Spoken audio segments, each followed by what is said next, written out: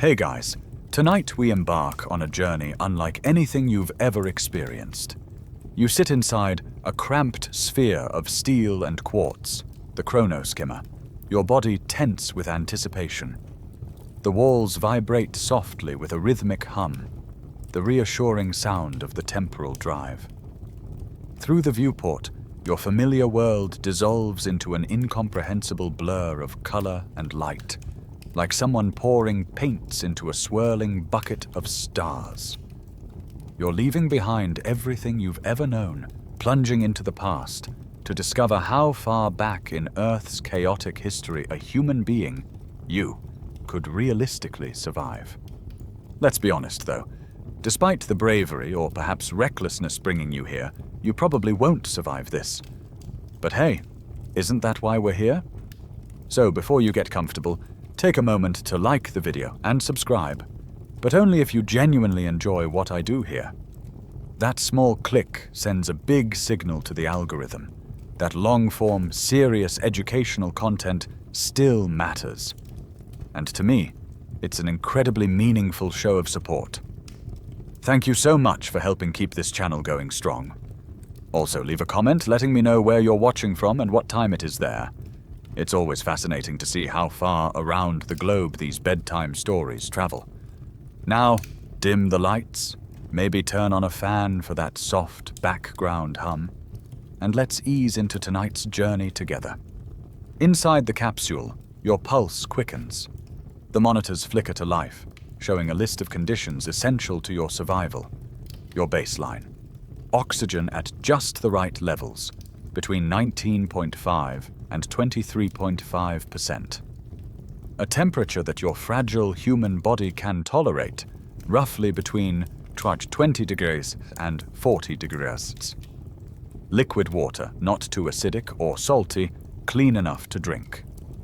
Calories to fuel you, carbohydrates, proteins, fats, and shelter from the unforgiving elements. Those simple basics of survival seem easy enough on Earth today, but tonight, you're about to learn just how narrow that sweet spot really is. As your capsule spins back through the ages, you recall a story of extreme human survival, a sort of mental anchor for this impossible trip. Ada Blackjack, the so-called female Robinson Crusoe, stranded on Wrangel Island in the Arctic in 1921. Ada endured 2 unimaginable years in a place colder than your worst nightmare, fighting against polar bears, starvation, scurvy, and loneliness that would drive most people mad. She taught herself to hunt, to build shelter, to survive in one of Earth's most brutal environments, all alone, with no help in sight. Yet even Ada's island hell was fundamentally Earth-like. Breathable air, water she could melt from snow, animals she could hunt if she could find the courage. Ada Blackjack's survival sets your human benchmark. Her perseverance, a comforting whisper through time. Maybe, just maybe, you can do this. But your mission is different. Your job isn't just to survive harsh conditions like Ada, it's to determine the absolute limits of human survival in Earth's past, to push beyond every known boundary. Your fingers tremble as you set the dial for your first destination. 4.54 billion years ago, the very birth of Earth itself. You feel a sudden jolt as the chronoskimmer leaps violently backward through time. The experience isn't pleasant. Your body feels simultaneously stretched out and compressed inward, like an accordion in a vice grip. Alarms blare angrily, and the smooth hum turns to a grinding scream as reality bends. You clutch the edges of your seat, regretting every choice that brought you here. The capsule's external sensors flash red, indicating catastrophic conditions just outside. Before you even finish processing the alarm, you arrive. The viewport reveals a world that could scarcely be called Earth. Instead of solid ground, you hover over an ocean of molten rock, glowing with angry reds and whites. The sky isn't blue, but pitch black, bruised and starless. punctuated only by the incandescent streaks of blazing meteorites raining mercilessly from space. The monitors show an atmospheric reading that makes your heart sink. Hydrogen, helium, water vapor, a toxic cocktail left over from the solar nebula. No breathable oxygen at all. Pressure is too low, temperature so high your capsule's cooling systems strain to their limit. Outside your capsule, death would be instantaneous by scorching heat, explosive depressurization, and poisonous gases. As you stare in shock at this hellish panorama, sensors detect something far worse looming on the horizon. Theia, the rogue Mars-sized planet that is about to crash headlong into your newborn world. You know from your history books that this catastrophic collision will create the moon. But knowledge offers no comfort when witnessing cosmic violence firsthand. The impact sends unimaginable tides of molten debris spinning outward, wrapping Earth in a glowing ring of fiery rubble. The chronoskimmer shakes violently, battered by shockwaves that reverberate through the thin, toxic air. Your first attempt at finding survivability has brought you to a moment of planetary annihilation. Watching Earth form from the inside isn't glorious, it's terrifying. Creation, you're swiftly learning, is a violent business.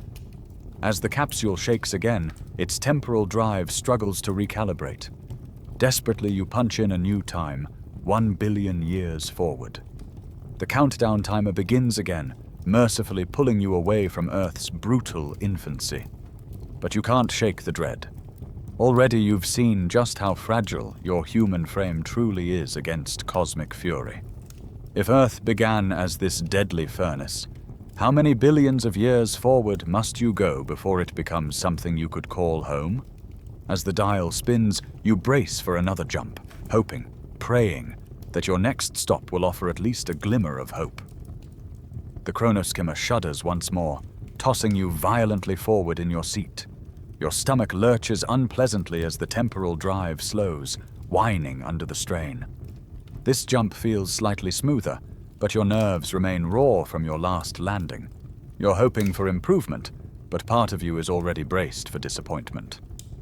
The viewport clears, and the scene before you is immediately disorienting.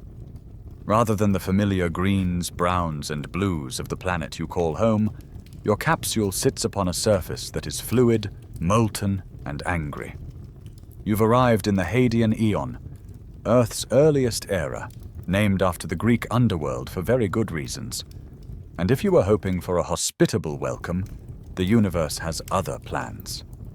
Outside your quartz window lies a churning, red-hot ocean of lava, the surface shimmering and bubbling like some nightmarish stew. There is no solid land in sight, just endless glowing magma under a black, bruised sky utterly devoid of stars. The relentless bombardment from space hasn't ceased. Incandescent streaks race down, punctuating the darkness with fiery explosions.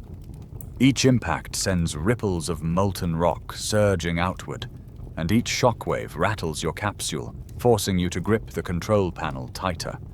Your survival instruments flicker ominously, confirming what your senses already tell you. Stepping outside isn't just dangerous, it's instant death.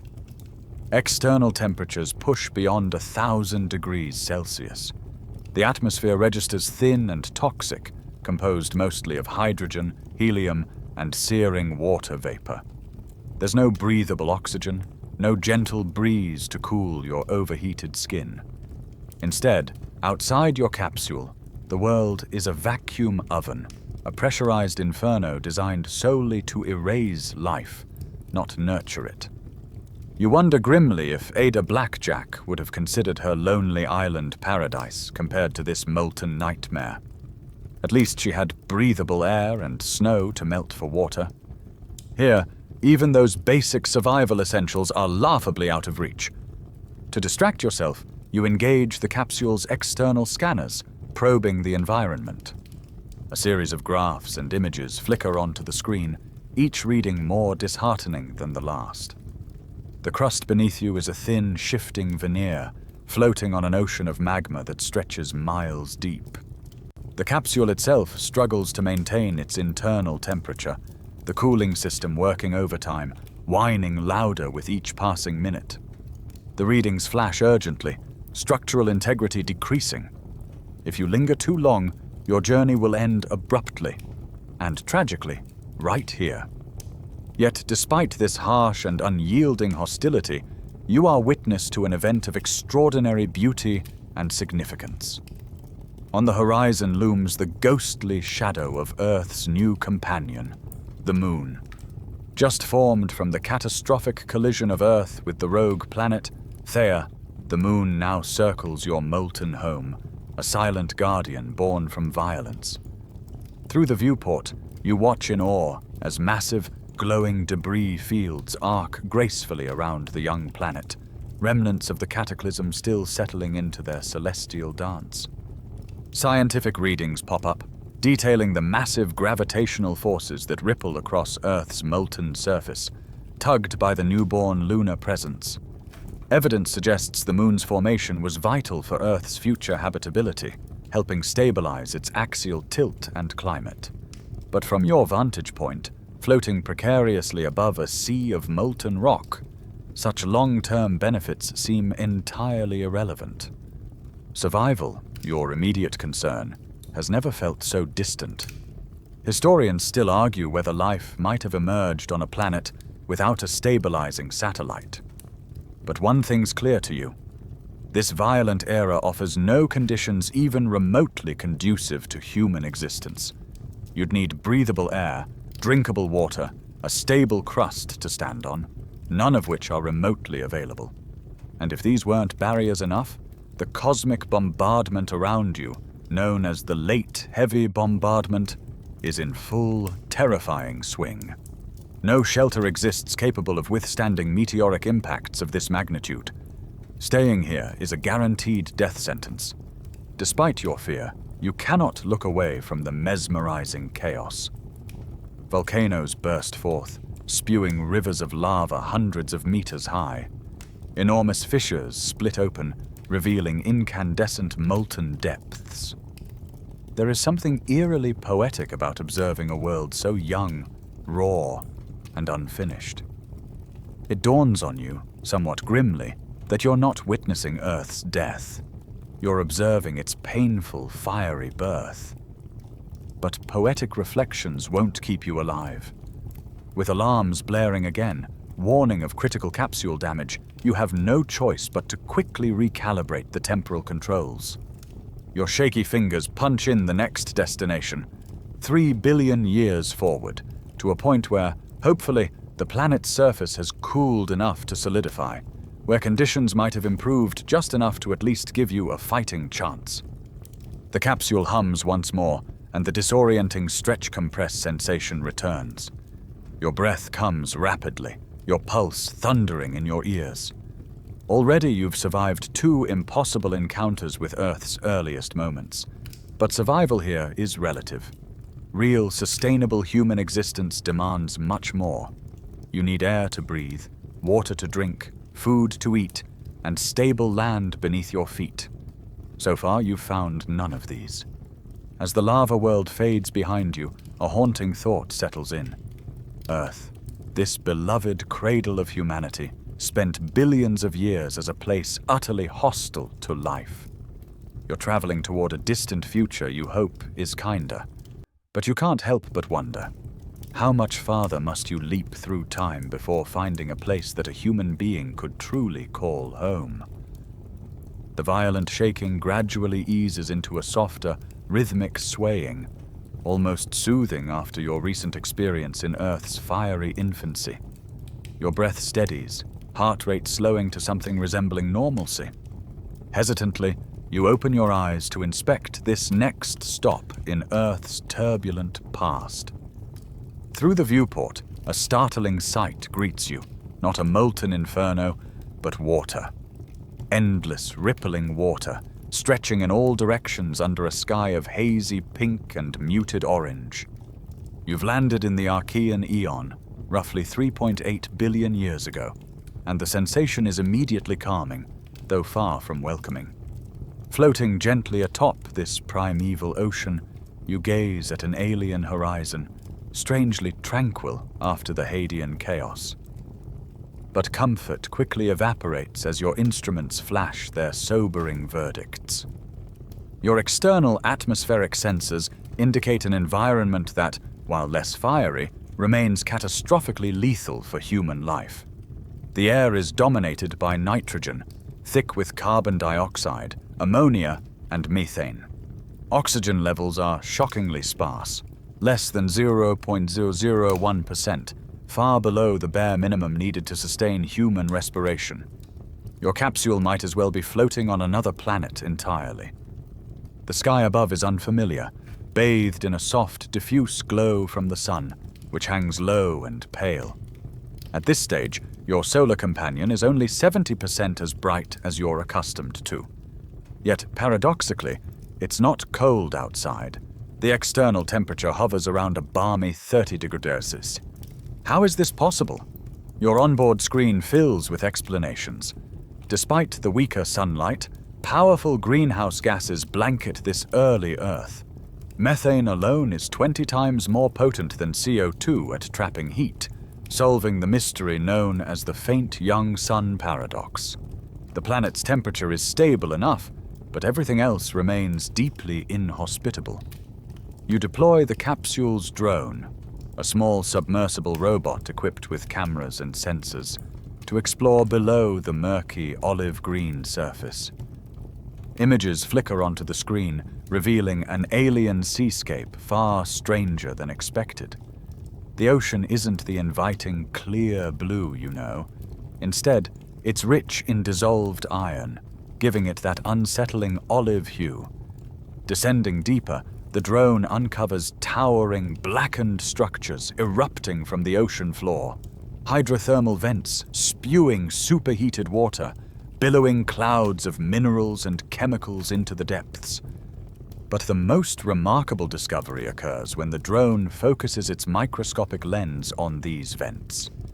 You lean closer, entranced. Surrounding the vents are slimy mats of bacteria, the first living organisms on Earth. Chemosynthetic microbes, thriving without sunlight, feeding solely on chemicals bubbling from the vents. You are witnessing life's humble beginnings, microscopic yet momentous, the earliest spark in the story of everything that will ever live, including you. Your excitement fades into sobering reality. This primitive cradle of life offers you no sustenance. These microbial mats, though fascinating, aren't edible. Even if you could somehow gather enough to eat, your digestive system isn't designed for such harsh, sulfurous fare. The ocean itself, loaded with dissolved metals and minerals, is far too acidic and toxic to drink safely. The air, heavy and suffocatingly thick, remains utterly devoid of breathable oxygen. Yet despite this harshness, there's something undeniably moving about being present at life's dawn. If Ada Blackjack found companionship in Arctic foxes and seabirds, you're finding it in single-celled bacteria, separated by billions of years, but united by the stubborn drive to survive.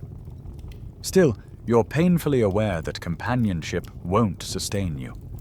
Without breathable air, water you can safely drink, or food you can digest, this alien Earth is still a death sentence. Historians still argue whether life emerged solely at hydrothermal vents, or perhaps near shallow volcanic pools on land. But here, witnessing these hardy microbes clinging defiantly to survival, you feel deeply connected to the immense mystery of existence. These microscopic organisms set the stage for every living creature that would ever exist, from dinosaurs to humans. Yet, tragically, none of this brave early life can help you survive today. The capsule gently rocks in the primeval sea as isolation begins to gnaw at the edges of your consciousness. You replay audio logs from Ada Blackjack's journal, her words whispering comfort and courage. She spoke often about loneliness, how isolation was her toughest enemy, far worse than the Arctic weather or hunger pains. You begin to understand her more clearly now. The weight of solitude is heavier than you'd ever imagined, stretching across billions of years. Your atmospheric sensors beep urgently, pulling you back to reality. They confirm the obvious. Prolonged exposure here would be impossible. But what about solid ground? Could early continents offer a different picture, perhaps something more hospitable? Your heart leaps momentarily, then sinks again when the drone transmits data confirming the landmass situation, or rather, the lack thereof. Small volcanic islands occasionally pierce the endless sea, but they're little more than rocky, barren outcrops. No plants to forage, no creatures to hunt. Even these islands are barren, lifeless wastelands, devoid of nutrients or shelter. You look back through the viewport, scanning this alien world with a sense of wonder tempered by disappointment.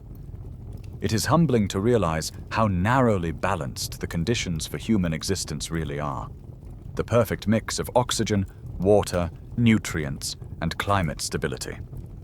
Here, billions of years before those conditions aligned, you see stark evidence of that fragility. With resignation, you enter coordinates for another temporal jump, another leap forward in the long search for your survival horizon. Perhaps somewhere ahead, Earth's transformations will finally yield conditions hospitable enough for your delicate human frame. As the chronoskimmer once again whirs to life, whisking you forward through billions more years of planetary history, you cling to hope, tempered by the sobering realization that Earth spent much of its early existence utterly inhospitable, even hostile, to creatures like yourself. One question echoes in your mind as the familiar stretch-compress sensation returns. How many more jumps will it take before you finally find a world capable of sustaining human life? Your next jump sends a jolt down your spine, a sensation both familiar and unsettling. As the temporal drive slows its spinning whine, you cautiously peek through the viewport once more, bracing yourself for whatever strange new scene awaits. This time, your landing feels remarkably calm. The violent turbulence of the previous arrivals gives way to a softer, steadier sensation. The capsule gently settles near a shallow coastal area. You're still in the Archean Eon, now roughly 3.5 billion years ago, 300 million years after your last stop. Yet even in this relatively short temporal leap, Earth has undergone profound changes. Outside through the quartz viewport, something new and astonishing catches your eye. Dotting the coastline are low, black islands, small volcanic landmasses emerging like shadows from the vast, still olive ocean. These modest continents are the planet's first true solid ground. It's not much, but it's a start. The drone's camera pans across the shallow sea floor, and your pulse quickens. Rising from the water's edge are strange structures, looking like lumpy, layered stones. You quickly realize these aren't stones at all. They're living monuments called stromatolites, built layer by colonies of cyanobacteria. Billions of these microscopic organisms, working tirelessly beneath the gentle waves, have created towering microbial mats. These humble bacteria, tiny and insignificant alone, become architects of something miraculous when combined, a living record of Earth's earliest ecosystem. But the significance of these stromatolites isn't just their size or structure, it's the remarkable chemical process happening within them. Photosynthesis. Those tiny bacteria are harnessing sunlight, turning carbon dioxide and water into energy, releasing something revolutionary: oxygen. You watch, mesmerized, as tiny bubbles rise toward the surface. It's Earth's first true breath, a whisper of air that will eventually fill the lungs of every creature you've ever known. Yet for now, that oxygen remains tantalizingly out of reach, immediately captured by the iron-rich ocean, forming vast, striped deposits known as banded iron formations. This process is slow, relentless, and essential, laying foundations for a breathable atmosphere millions of years from now. Inside the chronoskimmer, the monitors display atmospheric composition data. Despite the microbial miracle outside, oxygen levels still hover at fractions of a percent. A cruel irony. The first producers of breathable air exist right here, yet you still cannot step outside and breathe freely. The ocean remains toxic, filled with metals and minerals that would poison you, and the landscape, though solid, is devoid of any shelter, food, or fresh water. You sigh deeply, feeling a pang of melancholy. Being a witness to such profound events of planetary history feels equal parts privilege and punishment. The monotony of billions of years is starting to weigh on you, the isolation deepening into something unsettlingly real. You find yourself replaying Ada Blackjack's words again, her diary logs providing a slim but meaningful connection across unimaginable spans of time. Ada spoke of loneliness like a constant, oppressive fog, an enemy that grows stronger with every passing day. You're beginning to understand her profoundly. While she hunted seals and polar bears, you're trapped in a capsule, stranded amidst the dawn of life, watching oxygen bubbles drift upward with painful futility. To distract yourself from this growing dread, you shift focus back to the stromatolites. Curiosity draws you toward their intricate layers, each a fragile sheet of bacteria, dust, and minerals. Scientists still argue whether life began exclusively underwater or perhaps near volcanic hot springs on emerging land masses. But right here, right now, you're watching a clear milestone, the quiet revolution of photosynthesis unfolding beneath ancient sunlight. Yet fascination quickly gives way to frustration. Despite the cyanobacteria's wondrous work, you're still fundamentally trapped. The ocean remains toxic, its iron-rich waters undrinkable. Food is non-existent, and the air continues to be lethally anoxic. You may have witnessed life's astonishing genesis, but survival demands far more than awe-inspiring sights. The planet beneath you is slowly shifting, evolving at a glacially patient pace, and that is precisely the problem. Earth's life-supporting processes move on timescales too vast to aid you here and now. Your capsule can sustain you for brief visits, but genuine human survival depends on complex ecosystems millions of years in the future. You're forced again into bitter acknowledgement. To survive, you must journey further ahead. As you recalibrate the controls for another jump, the isolation again threatens your composure. Your fingertips tremble slightly over the dial, anxiety now mingling with exhaustion. Perhaps Ada Blackjack's true genius wasn't her physical survival skills, but her mental endurance, her capacity to remain sane despite crushing isolation. You whisper silent admiration to her across the ages. Before initiating the temporal drive, you take one final look outside. Stromatolites stretch into the distance beneath an endless orange sky, a billion tiny breaths rising invisibly toward an atmosphere not yet ready to receive them. You can't help but wonder how long it takes for a planet's whispered breath to become a life-sustaining breeze. The familiar hum of the temporal drive spins back up, the capsule trembling slightly as you begin the leap forward to Earth's next transformative era. Yet one thought remains clear. Despite witnessing life's earliest steps, you remain painfully aware how impossibly fragile your existence truly is. The capsule lurches gently forward, carrying you deeper into Earth's strange past, and hopefully toward an era finally ready to welcome you home.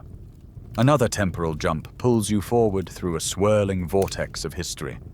As your capsule steadies itself, you immediately notice a shift outside your viewport, an eerie clarity compared to the smoggy, pinkish skies of your previous stops. You've arrived in the Paleoproterozoic, roughly 2.4 billion years ago, and Earth is undergoing a dramatic transformation, one whose beauty belies the deadly upheaval unfolding beneath. The sky is noticeably clearer, the oppressive orange haze gradually dissolving into softer shades.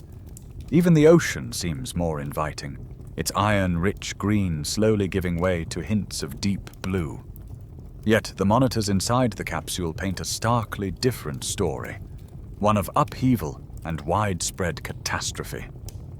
Oxygen levels are steadily rising, your sensors reporting 1%, 2%, stabilizing momentarily at around 4%.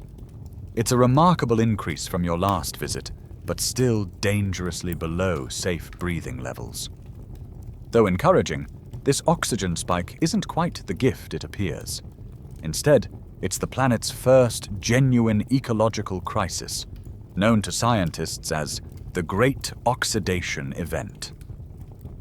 Cyanobacteria, those microscopic architects you marveled at earlier, have, over hundreds of millions of years, flooded the atmosphere with oxygen, transforming Earth in ways both astonishing and devastating.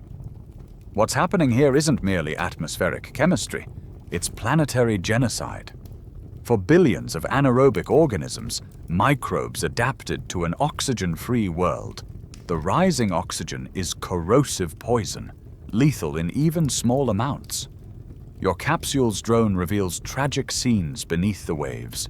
Vast microbial colonies, once dominant life forms, now choking, dissolving, and collapsing beneath oxygen's relentless advance. The irony isn't lost on you. Oxygen, the life-giving gas you desperately need, is the very agent causing Earth's first mass extinction. For anaerobic bacteria that thrived for 1 billion years, this event is nothing less than an apocalypse. Their dominion ends here, a world-changing shift that underscores life's harshest truth: adapt or perish. Yet even amidst this cataclysm, your heart quickens slightly with a fragile, uncertain hope. Oxygen, though lethal to the planet's original inhabitants, represents humanity's future. Perhaps the era of breathable air isn't too far off now. For the first time since your journey began, you can imagine a day when you might finally step outside and breathe freely, even if today isn't that day. But just as you begin to feel hopeful, a new alert breaks your reverie. Atmospheric sensors indicate a sudden, catastrophic change unfolding rapidly around you. The flood of oxygen has reacted violently with atmospheric methane, one of Earth's most potent greenhouse gases. Without methane's insulating effect, Earth's protective blanket unravels, exposing the planet to merciless cold.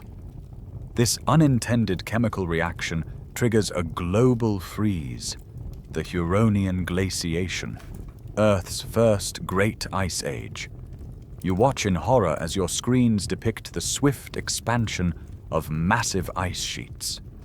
From orbit, it's like watching Earth wrap itself in a cold white shroud, glacial fingers stretching slowly but inexorably from the poles toward the equator.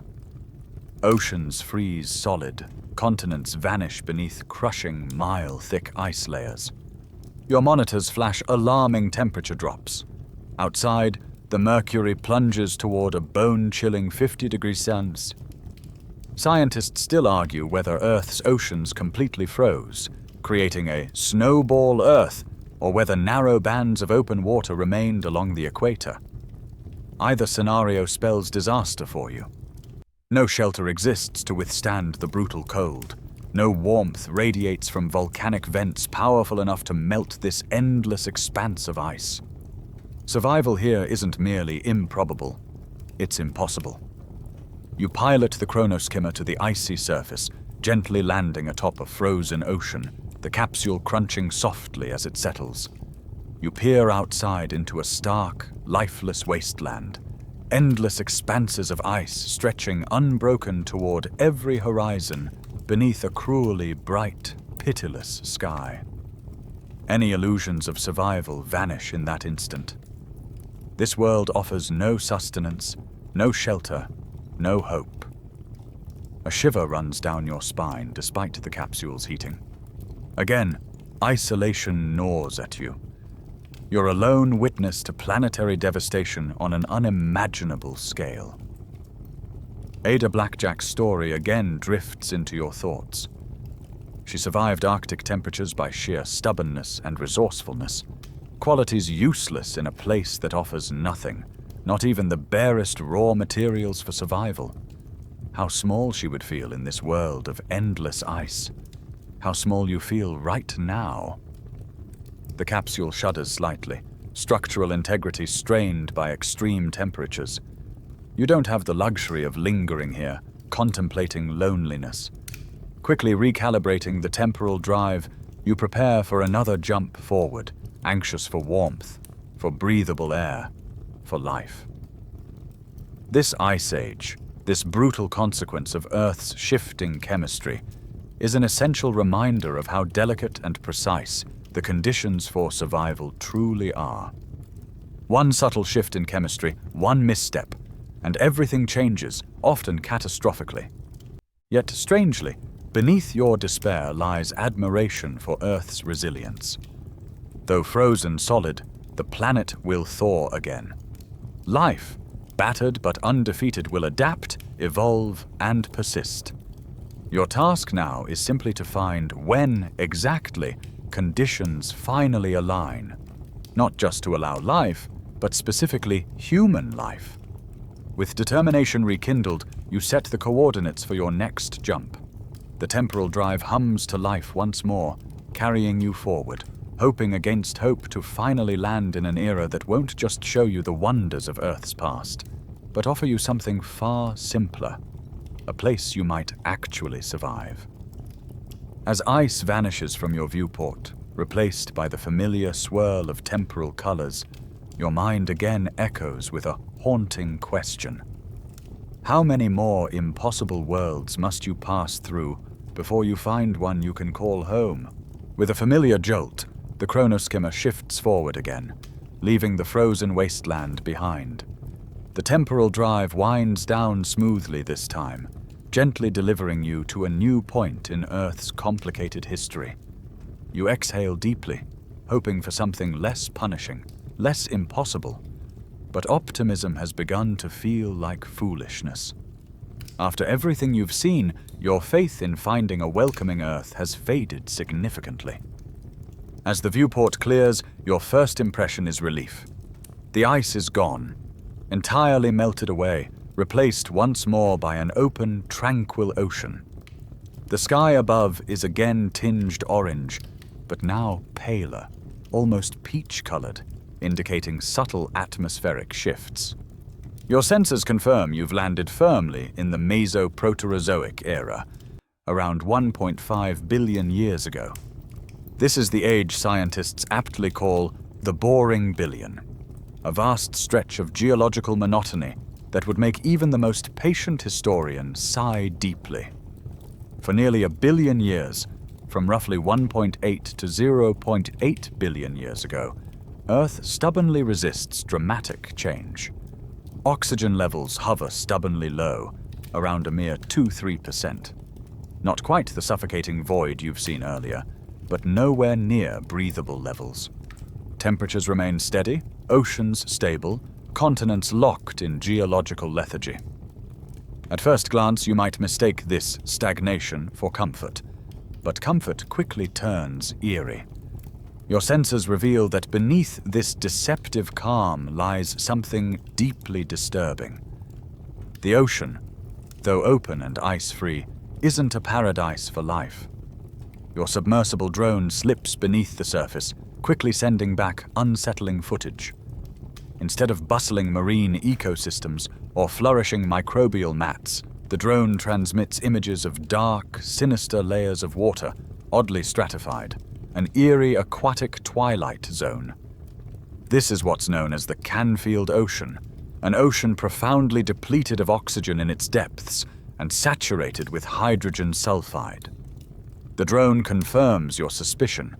Black, Sulfidic waters dominate the depths, toxic enough to kill virtually any complex life form.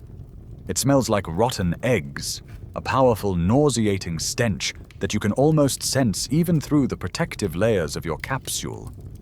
Historians still argue whether Earth's oxygen levels remained consistently low due to limited continental weathering or a lack of nutrient availability. Whatever the precise reason, the result is clear. Life on Earth is stuck, stagnating on a microscopic scale. Yet, strangely enough, beneath this oppressive monotony lies something fascinating, an invisible biological revolution. While life on the surface appears frozen, beneath it, evolutionary experimentation quietly hums.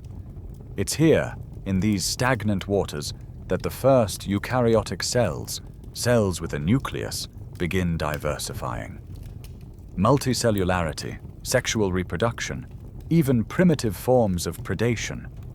All of these fundamental biological strategies are being tested, refined, hidden beneath the tedious surface of this seemingly uneventful world. But appreciation for microscopic innovation offers little comfort to your immediate survival needs. The ocean's poisonous depths rule out any food supply. On land, conditions aren't much better. Your capsule's cameras reveal barren landscapes, exposed volcanic rock, dry dust, with absolutely no vegetation. No forests, not even primitive mosses. No animals, large or small, to hunt. Without plants, animals, or fresh water sources, your prospects here remain utterly bleak. You again recall Ada Blackjack's resourcefulness. She'd ingeniously trapped foxes, hunted seabirds, and foraged berries. But here, even her legendary ingenuity would fail spectacularly. There's simply nothing to forage, nothing to hunt, nothing to drink. Isolation begins to press down harder upon you, compounded by an unsettling quiet. The boredom here isn't merely dull. It's existentially oppressive. In desperation, you scan atmospheric readings again, hoping against logic for a miracle. But the air stubbornly remains thin, inadequate. Your body, evolved for oxygen-rich conditions millions of years in the future, would quickly weaken and fail here. The illusion of habitability disappears once again into frustration. Still, something about this era speaks quietly to you. Resilience. Even in this vast, uneventful stretch, life, though microscopic, endures patiently. The planet waits, seemingly stuck, yet beneath this stagnant veneer, crucial steps toward complexity unfold. It reminds you, with subtle encouragement, that survival is a long game. Evolution doesn't hurry, yet somehow always moves forward. Your patience, too, must be inexhaustible. Yet philosophical reflections provide no nourishment or shelter. You must press forward, knowing full well another jump through time is inevitable. You set the temporal controls, wondering bitterly if the next stop will offer genuine hope, or merely another flavor of disappointment. You've begun to feel less like an explorer and more like a ghost, passing through worlds meant for others, never welcomed, never home. As the temporal drive winds up, the ocean fades into blurry obscurity, and the capsule again hums around you. You grip your seat tightly, bracing yourself, not for turbulence, but for another potential heartbreak, another harsh reminder that survival demands more than just breathable air. It demands food, water, shelter, conditions Earth stubbornly refuses to offer. How long will it take? How far must you travel before the world beneath your feet finally provides the simplest essentials for life? You whisper this question aloud, to no one, hearing only silence in response as the chronoskimmer plunges you deeper into Earth's past, still chasing an elusive dream of human survival.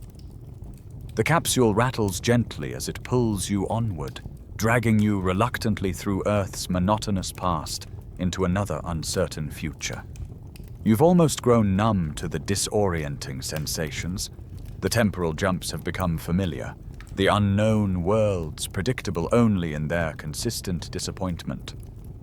This time, though, the landing is rougher, the vibrations sharper. The viewport clears quickly, revealing a landscape far more dynamic, though not in a welcoming sense. You're no longer stuck in the monotony of the boring billion. You've jumped forward dramatically into the cryogenian period, around 720 million years ago, and landed directly into another global catastrophe.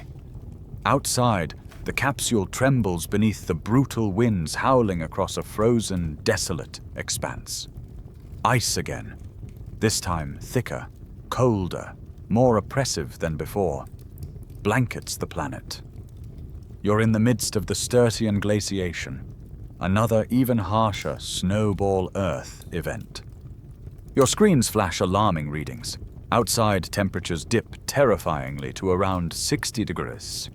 Ice sheets miles thick stretch from pole to equator, encasing the Earth like a frozen marble suspended silently in space. The sky overhead is a deep, crystal-clear blue, beautiful yet painfully lifeless. Scientists still argue whether the cryogenian Earth froze completely solid, or if thin bands of slushy water persisted around the equator, just barely offering refuge for stubborn survivors. With a flicker of desperate hope, you guide the capsule toward the equatorial region, praying you might find something, anything, that resembles liquid water or life. You touch down gently near Earth's equator, hoping to witness evidence of these slushy oceans, a fragile glimmer of hope for life.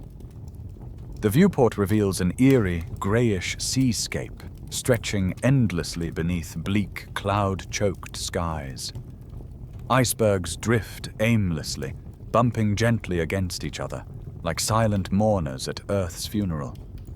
But remarkably, sensors detect patches of open water, briny, slushy pools barely managing to resist total freezing due to volcanic activity beneath the seabed. You quickly deploy your drone, desperate for signs of life. What you find is both inspiring and heartbreaking. Against all odds, tiny greenish clusters of algae cling defiantly to the edges of these freezing waters, eking out an existence in conditions unimaginably harsh. Their survival seems impossible, yet here they are, stubbornly enduring, reminding you vividly of Ada Blackjack's fierce determination. Life, it seems, always finds a way. Yet despite the miraculous resilience before you, your own situation remains desperately grim. The drone confirms the ocean's briny water is far too salty, mineral-rich, and dangerously cold to sustain you. The algae might survive here, but for you, there's no food source, no clean drinking water, and certainly no breathable air outside your capsule. Once again, you find yourself trapped in a world that stubbornly defies human existence. You shiver, not only from the capsule's declining warmth, but from the sheer loneliness pressing in around you. Ada Blackjack endured Arctic solitude by sheer determination, but at least she had occasional animal visitors, foxes and seabirds, to keep her company. Here, your companions are microscopic algae and drifting icebergs, indifferent and silent. Your mental resilience is tested to its breaking point. The isolation feels heavier, more tangible here, pressing down upon you like a lead blanket. You distract yourself by recalling Ada's journal entries, trying to draw courage from her quiet bravery. But it's difficult, knowing that even her fierce determination would crumble here, in a place utterly devoid of life's essentials. Still, you can't ignore the extraordinary resilience these algae represent. Despite unimaginable hardship, life holds firm, clinging desperately to its fragile existence. Perhaps there's a lesson there, something reassuring in their quiet persistence. Life doesn't care about comfort, it simply finds ways to endure. You, too, must endure, pushing forward through Earth's harsh past in search of a kinder era. As you recalibrate the temporal drive for your next jump, your heart feels heavier. Survival isn't simply a matter of finding breathable air or clean water. It's about the delicate interplay of countless factors: stable climate, abundant nutrients, warmth, shelter. Earth's history, you're learning painfully, rarely aligned all these conditions perfectly, even after billions of years. The temporal drive hums softly, preparing to pull you forward again. As you brace yourself, you glance once more outside at the drifting icebergs, at the stubborn algae, at the haunting beauty of Earth locked in frozen stasis. Deep within you, a quiet hope flickers softly. If life can cling here, amidst these impossible conditions, surely somewhere ahead lies a world finally ready to welcome you. Your capsule begins its familiar vibration, whisking you onward again. You close your eyes briefly, breathing slowly to steady yourself, aware that patience, like oxygen, is essential now. You're not done searching. Earth isn't done evolving. Perhaps, just perhaps, your next jump will finally reveal the world you've been seeking, a place where survival isn't merely theoretical, but truly possible. As the familiar swirl of temporal colors fills your vision once again, you whisper quietly into the capsule's emptiness, a silent prayer, a desperate wish that the next world might finally offer you something more than endless ice, poisonous seas, and crushing loneliness. You're weary, isolated, and yet somehow still hopeful. Because after billions of years of planetary struggle, survival still feels tantalizingly possible. Just beyond your fingertips, awaiting you somewhere in Earth's long, remarkable journey. The capsule's vibrations fade into stillness, gently easing you into a new epoch. You've arrived approximately 635 million years ago, as Earth slowly awakens from its long, frozen slumber. The viewport gradually clears, revealing a profoundly transformed world. The suffocating ice sheets of the Cryogenian are finally receding, replaced by glistening seas and skies swirling with thin, wispy clouds. Relief floods through you as your instruments detect something remarkable. Atmospheric oxygen levels surge dramatically upward, surpassing anything you've encountered thus far. Numbers tick steadily higher, 10%, 12%, stabilizing near an astonishing 20%. Your heart quickens. This is breathable air. Finally, after billions of years, the very air your body was designed for. This miraculous transformation is no coincidence. The melting ice sheets are flooding the oceans with nutrients, particularly phosphorus, triggering explosive blooms of cyanobacteria and algae across the planet. These organisms pump enormous quantities of oxygen into the atmosphere, transforming Earth's skies into the familiar blue shade you've longed to see again. Heart pounding, you run final checks on your suit, double-checking atmospheric readings, desperate not to make a fatal miscalculation. When all systems confirm safety, you unseal the inner hatch, then the outer, stepping cautiously outside your capsule for the very first time. That first breath hits you with overwhelming sensory intensity. The air is heavy, humid, filled with briny scents of salt and life. Your lungs fill effortlessly, oxygen flooding your bloodstream in a rush of euphoric relief. Your head spins briefly, your body adjusting to atmospheric nitrous oxide levels slightly higher than modern Earth. But the dizziness fades quickly into a sense of profound exhilaration. Yet the wonder of breathable air soon collides with harsh reality. As you gaze across this pre-Cambrian landscape, you realize just how barren this world still is. Rocky shores stretch endlessly, coated in slimy, brown-green mats of algae. The smell, something between rotting seaweed and stagnant brine, is almost overwhelming. There are no trees, no grass, no animals scurrying across the rocks. Only an unbroken vista of primitive microbial life. Curiosity drives you to investigate the algal mats closer, scraping off a sample. Its texture is rubbery and tough, the flavor bitter, almost repulsive. You quickly realize your digestive system can't break down the cellulose-heavy fibers. Even cooked over a small fire of dry seaweed and driftwood, this algae offers minimal nutrition. Protein is non-existent, carbohydrates indigestible, and fats absent entirely.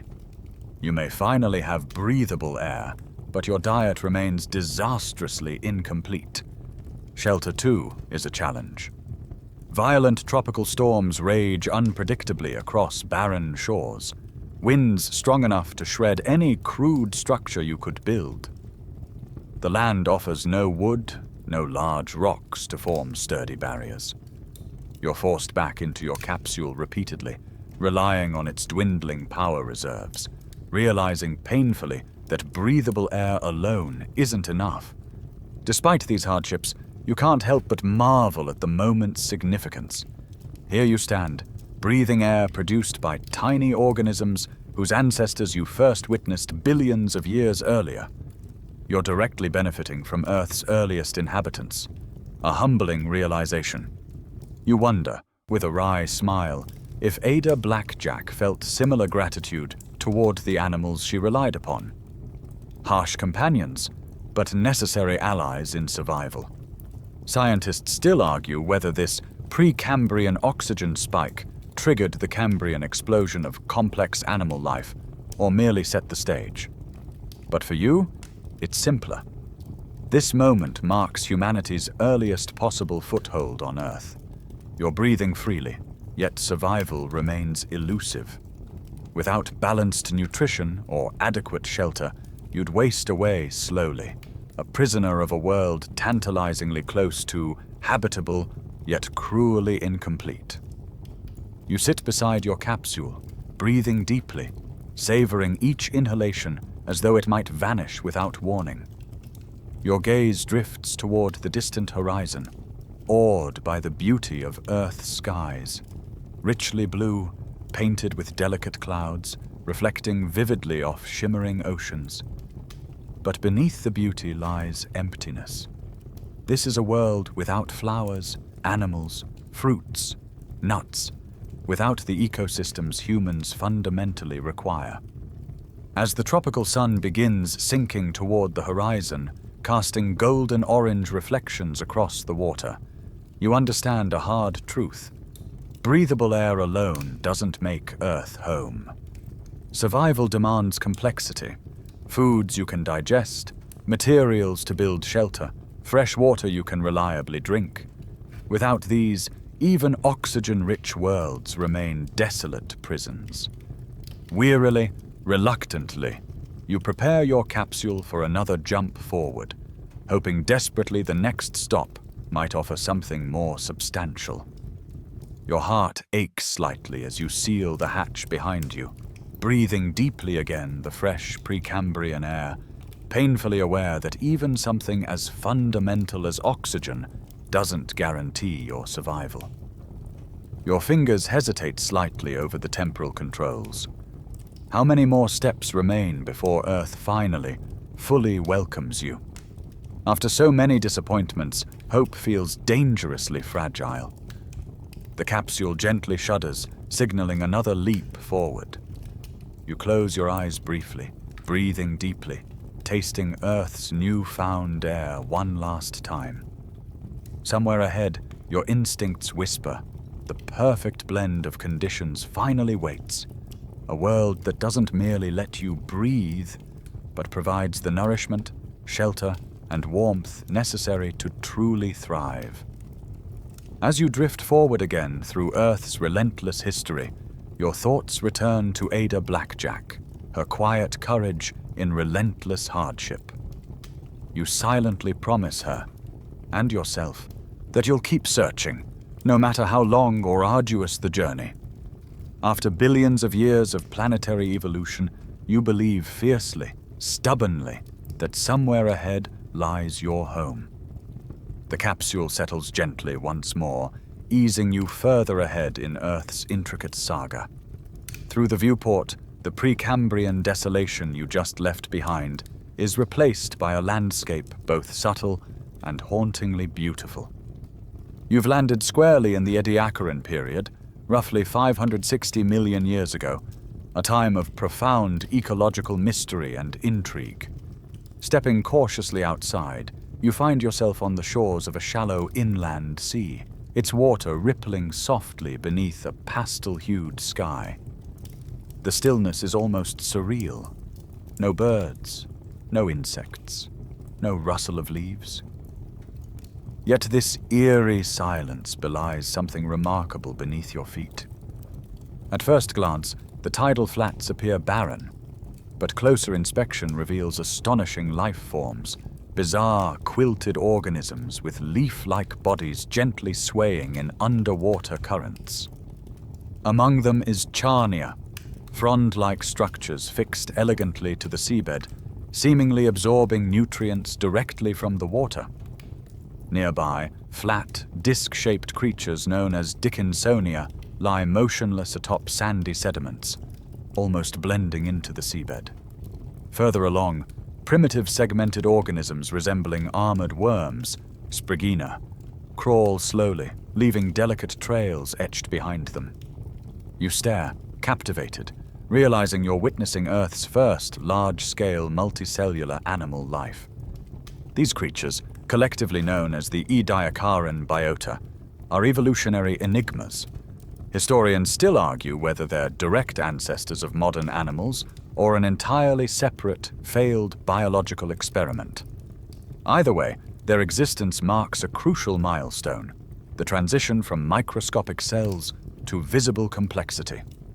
Yet your excitement fades swiftly into pragmatic concern. You need nourishment, and these alien creatures hardly inspire culinary confidence. Hesitantly, you scrape off samples of the thick, rubbery algal mats coating nearby rocks. Roasting them over a fire built from driftwood yields a tough, foul-tasting meal, nearly impossible to swallow. Nutritional value is minimal at best.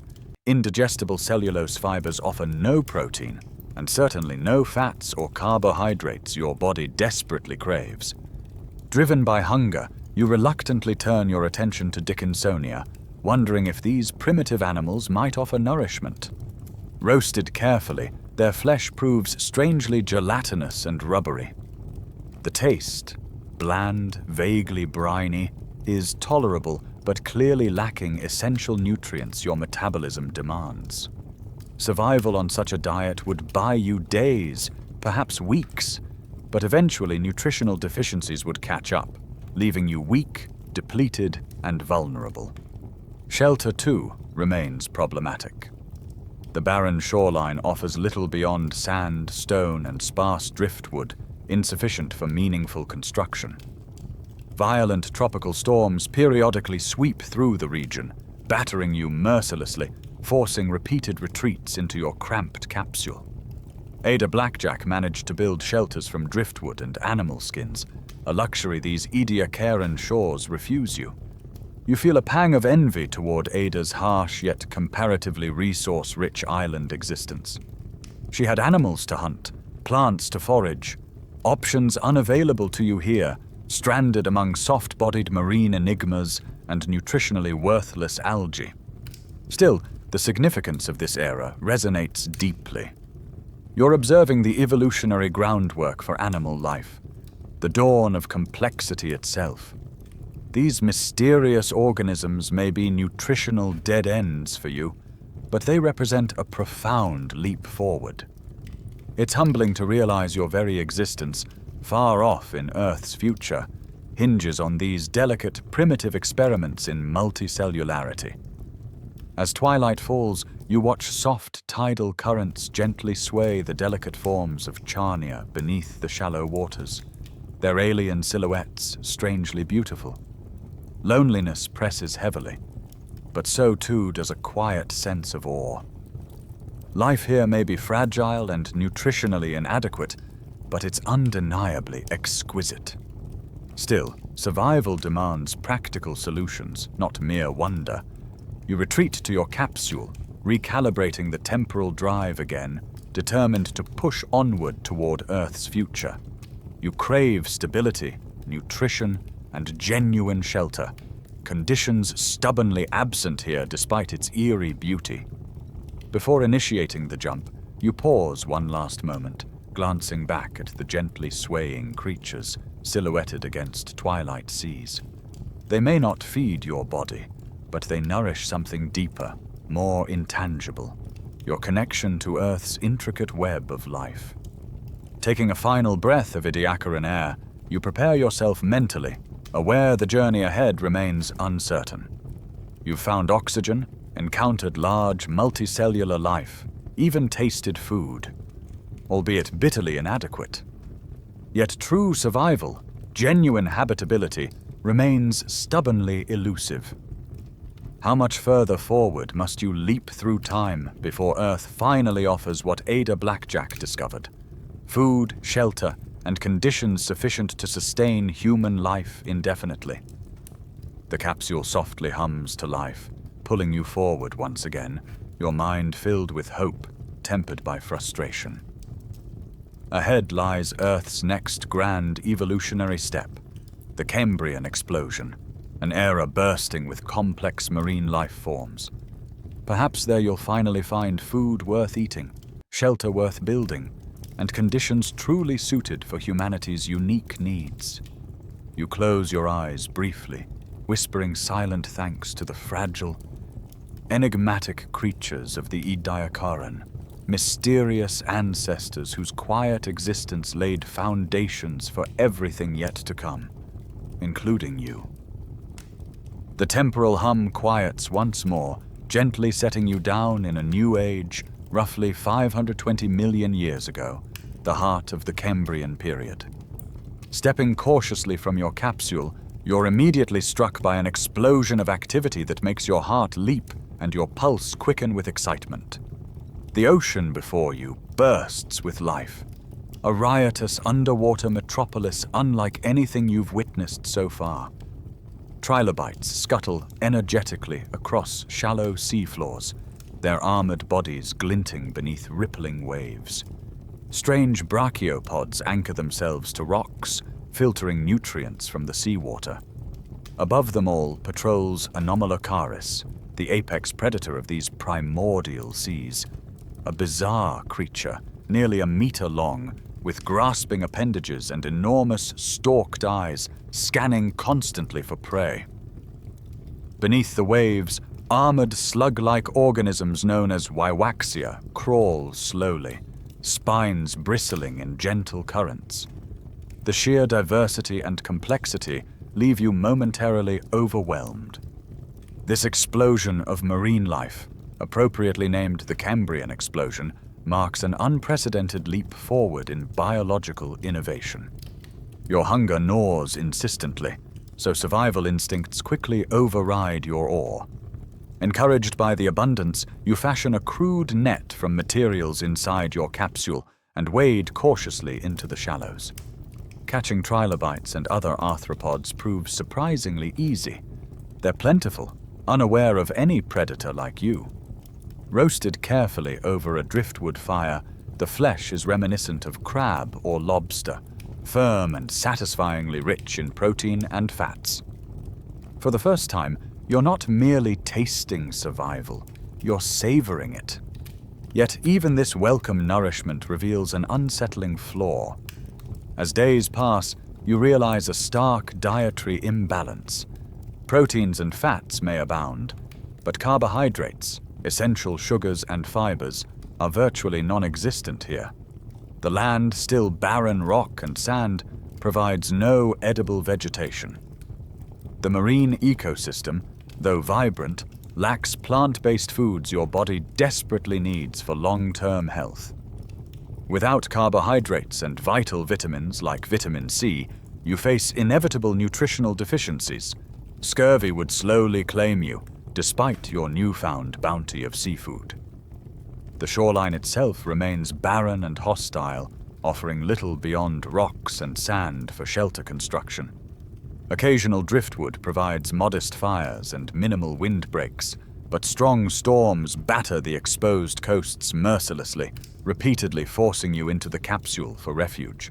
Despite the dietary imbalance and primitive shelter, optimism cautiously blossoms within you. You recall Ada Blackjack's resourceful hunting, scavenging seabirds and seals for sustenance. Here, you've finally found similar resources, marine animals abundant enough to sustain basic survival. It's an imperfect solution, but a substantial improvement from your earlier attempts. Scientists still argue whether the Cambrian explosion represented a rapid evolutionary leap or simply better fossil preservation, revealing long-simmering diversity. Regardless, you know firsthand this era represents humanity's earliest practical foothold. Survival here, though flawed, is genuinely possible, at least temporarily. Yet loneliness remains an ever-present burden. Days blend together, passing in monotonous isolation, punctuated only by the rhythm of survival tasks. The landscape around you, though brimming with underwater activity, remains lifeless and silent on land. You have no companions, no meaningful connections beyond momentary curiosity toward the sea's strange inhabitants. You distract yourself by exploring further, cataloging bizarre organisms you encounter. You watch trilobites scuttle across sandy floors, marveling at their delicate armor. Observing the predatory prowess of Anomalocaris, you feel a cautious admiration. Life here thrives despite, or perhaps because of, constant danger and struggle. One evening, as sunset paints ocean waves in shades of gold and amber, you sit quietly beside your capsule, contemplating your fragile existence. Survival here isn't comfortable, but it's possible. An imperfect compromise that still leaves you yearning for the stability and nourishment your body craves. Eventually, you reluctantly acknowledge this truth. Genuine, sustainable human survival demands more than mere protein and shelter. You need balanced nutrition, edible plants, stable shelter materials, fresh water sources, and ecosystems robust enough to support long-term habitation. So, despite your relative success here, you prepare once again to jump forward, hopeful the next leap through Earth's relentless evolution might finally provide that final, elusive ingredient. Your capsule hums gently, temporal drive spinning softly back to life. As Cambrian shores fade into swirling temporal colors, your mind whispers quiet, thanks to the sea creatures that briefly sustained you. You hope Ada Blackjack would understand your restless persistence, your determination to find true habitability. The journey isn't yet complete, but you're closer now than ever before. Perhaps somewhere ahead, Earth finally holds the exact combination of conditions humanity truly needs: nutrition, shelter, stability. You close your eyes briefly, steadying yourself for another leap forward, a silent prayer whispered into the capsule's emptiness. Survival is tantalizingly close now, waiting just beyond the horizon of your next jump. The capsule shudders to rest once again, easing you forward another 50 million years, directly into the Ordovician period, roughly 470 million years ago. You step cautiously outside, immediately sensing subtle changes in your surroundings. At first glance, this world feels comfortably familiar, yet closer inspection reveals exciting new developments. Behind you, the sea remains teeming with vibrant marine life, rich with trilobites, brachiopods, and now primitive jawed fish, darting through coastal waters. But your attention swiftly shifts toward the shoreline, where something astonishing is unfolding. For the first time since your journey began, a genuine carpet of green stretches across the barren rocks near the water's edge. Primitive, moss-like plants known as bryophytes have colonized the land, pioneering life's terrestrial expansion. Their delicate forms, soft and emerald-hued, mark the earliest foundations of true soil formation, tiny but profound steps toward making land truly habitable. Yet, astonishingly, these modest mosses aren't alone. Towering above them rise bizarre structures, pale and ghostly white, some reaching astonishing heights of nearly 8 meters. You approach them cautiously, marveling at their surreal appearance. These structures aren't plants. They're giant fungi, called prototaxites, the largest terrestrial organisms of their era. Their massive fungal trunks dominate this otherwise sparse landscape, resembling eerie skyscrapers sculpted from pale stone. You run your fingers across the surface of a giant fungal column, noting its dense, woody texture. It's not easy material to work with, too tough to hollow out easily, but these colossal fungi offer something you've desperately needed: potential shelter. You spend hours arranging slabs of rock and driftwood against the giant fungal trunks, constructing rudimentary lean-to structures. It's primitive architecture at best, but for the first time, you have genuine shelter beyond your cramped capsule. The joy of finding shelter quickly fades into frustration regarding food. Bryophytes offer no nutritional value. Tough cellulose fibers remain impossible for your digestion, and the fungi themselves, though massive, are indigestible and potentially toxic. Your attempts at roasting or boiling them yield nothing edible. The sea still provides protein-rich marine life, but the critical gap in carbohydrates, sugars, and vitamins persists. Once again, you're haunted by nutritional imbalance. Despite these dietary struggles, you find yourself captivated by Earth's steady transformation. From molten hellscape to frozen wasteland, from barren shores to life-filled oceans, you've witnessed Earth's relentless march toward complexity. Now, standing beneath giant fungal towers, breathing oxygen-rich air, sheltering beneath primitive terrestrial life, you glimpse genuine habitability emerging slowly, patiently, one tiny evolutionary step at a time. Loneliness, however, remains your constant companion. Ada Blackjack faced isolation on Wrangel Island, but she at least had wildlife to observe and interact with, creatures whose patterns provided companionship. Here, terrestrial silence feels oppressive, broken only by wind whispering through fungal columns. You sit alone beneath your makeshift shelter, watching distant waves crash gently against shorelines, missing not just human companionship, but any meaningful interaction. Scientists still argue whether these massive fungi drew nourishment directly from decaying organic matter or hosted symbiotic algae within their structures. Regardless, their existence profoundly shaped terrestrial ecosystems, offering new ecological niches and habitats. They signify life's relentless drive upward, outward, exploring every available niche. You contemplate this quietly beneath your primitive shelter, realizing survival depends upon patience. Earth's transformations occur slowly, methodically. Yet patience is difficult when your body craves nutrition. This world stubbornly refuses to provide fully. Reluctantly, you acknowledge the limitations here. Survival demands not only shelter, but balanced food sources, fresh water, and stable ecosystems supporting sustained human habitation. Despite promising developments, Earth still lacks crucial ingredients necessary for true human survival. With gentle resignation, you prepare your capsule again, programming another temporal jump forward, hoping, praying, the next stop finally provides balanced conditions you've so patiently sought. You whisper thanks to Earth's primitive mosses and towering fungi, acknowledging their essential role in life's terrestrial journey.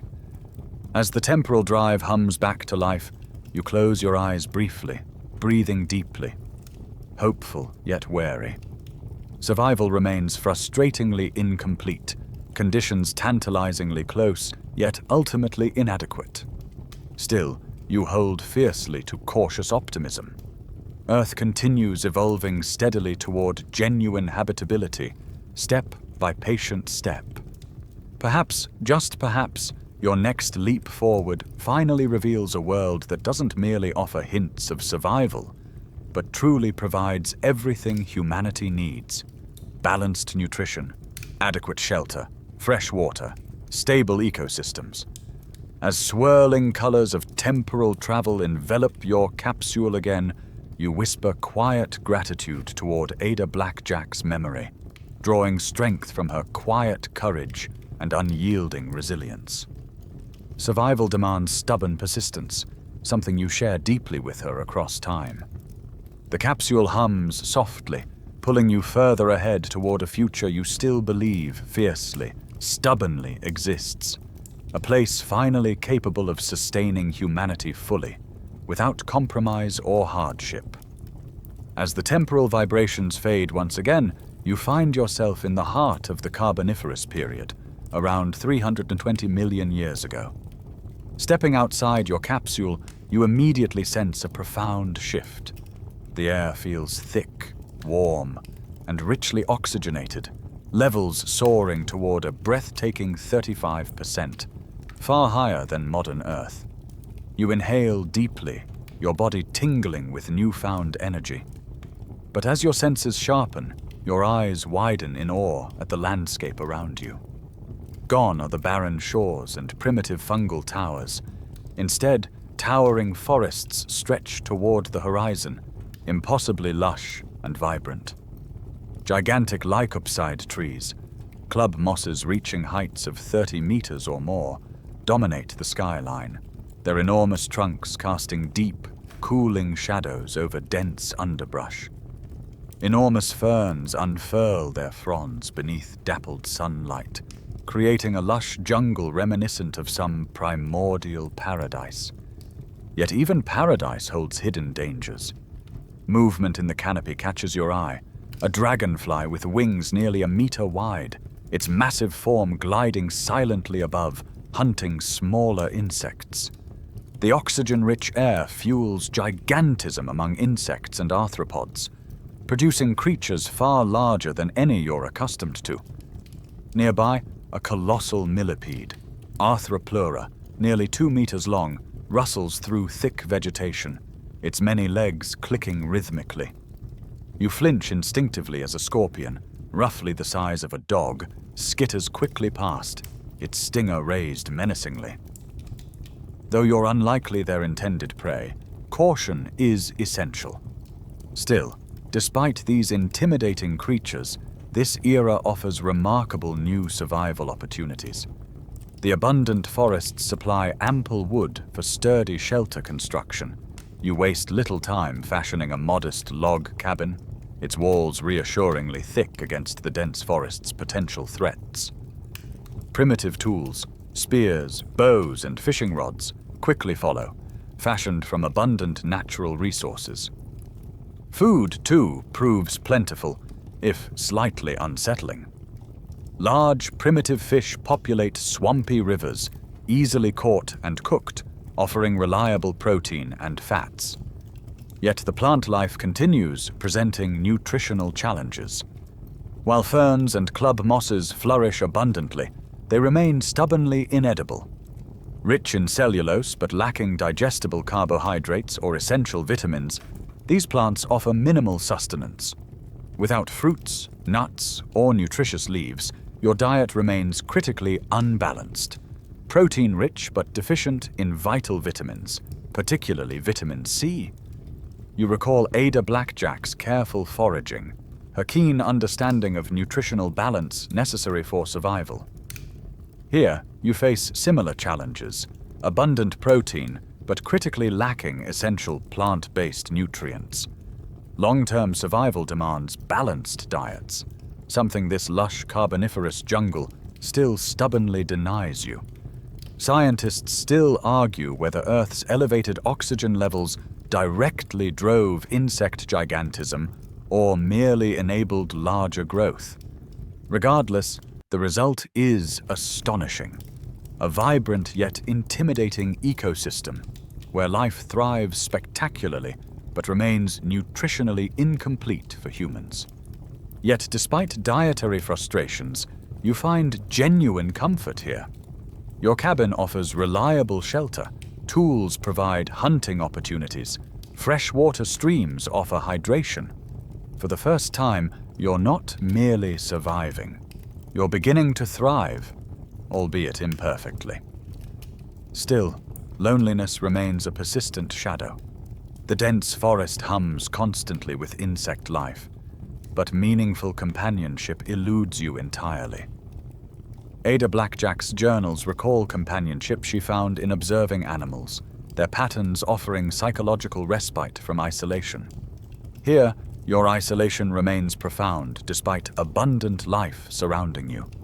Days blend monotonously into weeks, survival routines offering little distraction from growing solitude. One evening, beneath canopy shadows stretching across twilight skies, you sit quietly outside your cabin, contemplating Earth's patient evolutionary progress. Oxygen-rich air, abundant forests, and vibrant ecosystems represent critical steps forward, yet survival stubbornly remains incomplete. Balanced nutrition, particularly digestible carbohydrates, fruits, nuts, essential vitamins, still elude you. Reluctantly, acknowledging limitations here, you prepare your capsule again, programming another temporal jump forward, hopeful, determined, yet cautious.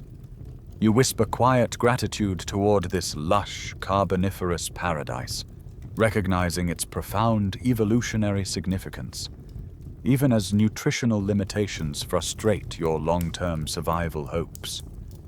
As the temporal drive gently spins back to life, you glance briefly backward at towering forests stretching toward twilight skies, their beauty profound yet nutritionally flawed. Earth's patient evolution continues marching forward, relentlessly pursuing complexity and habitability. Perhaps somewhere ahead a final leap awaits, Earth finally providing complete, balanced conditions you've tirelessly sought. You close your eyes briefly, breathing deeply, drawing strength from Ada Blackjack's quiet courage and unyielding persistence. The capsule gently hums, carrying you onward toward Earth's next great evolutionary step, the Permian, an era filled with both promise and peril. You whisper silent hope into temporal voids, believing fiercely that survival isn't merely possible, but genuinely sustainable somewhere ahead. The capsule settles once again, but this time something feels immediately wrong. Before you even open the hatch, sensors flash urgently, warning you about dangerously high levels of volcanic gases and soaring temperatures outside. You glance nervously through the viewport, your stomach sinking at the grim spectacle unfolding before your eyes. You've arrived at Earth's most devastating extinction event, the Permian Triassic extinction, roughly 252 million years ago. What should have been a thriving Permian world instead lies shrouded in volcanic twilight, the sky an oppressive haze of ash and sulfur dioxide. The air feels heavy, acrid, poisoned. Acid rain drizzles relentlessly, pooling into stagnant, toxic puddles beneath an angry, reddish sun. Outside, the landscape is eerily silent, barren, lifeless. Once thriving forests have withered into blackened skeletons, their branches brittle, stripped bare by caustic rains.